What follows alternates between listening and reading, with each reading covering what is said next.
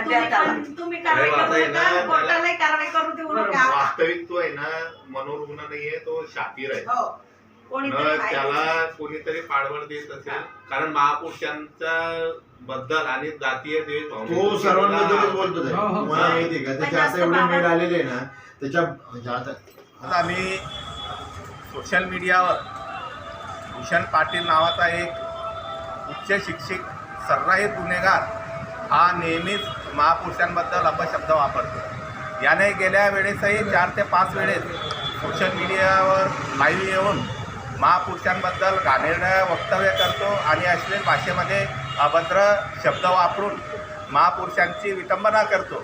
याच्यासारख्या सर्राईत गुन्हेगारावर कडकून कडक कारवाई झाली पाहिजे होती, परंतु गेल्या वेळेस तो चुकला आणि आजही त्याच पद्धतीने त्याने रात्री फेसबुक लाईव्ह येऊन महापुरुषांबद्दल आणि प्रतिष्ठित काही व्यक्ती आहे त्यांच्याबद्दल अपशब्द वापरले, घाणघाण शिवीगाळ केली.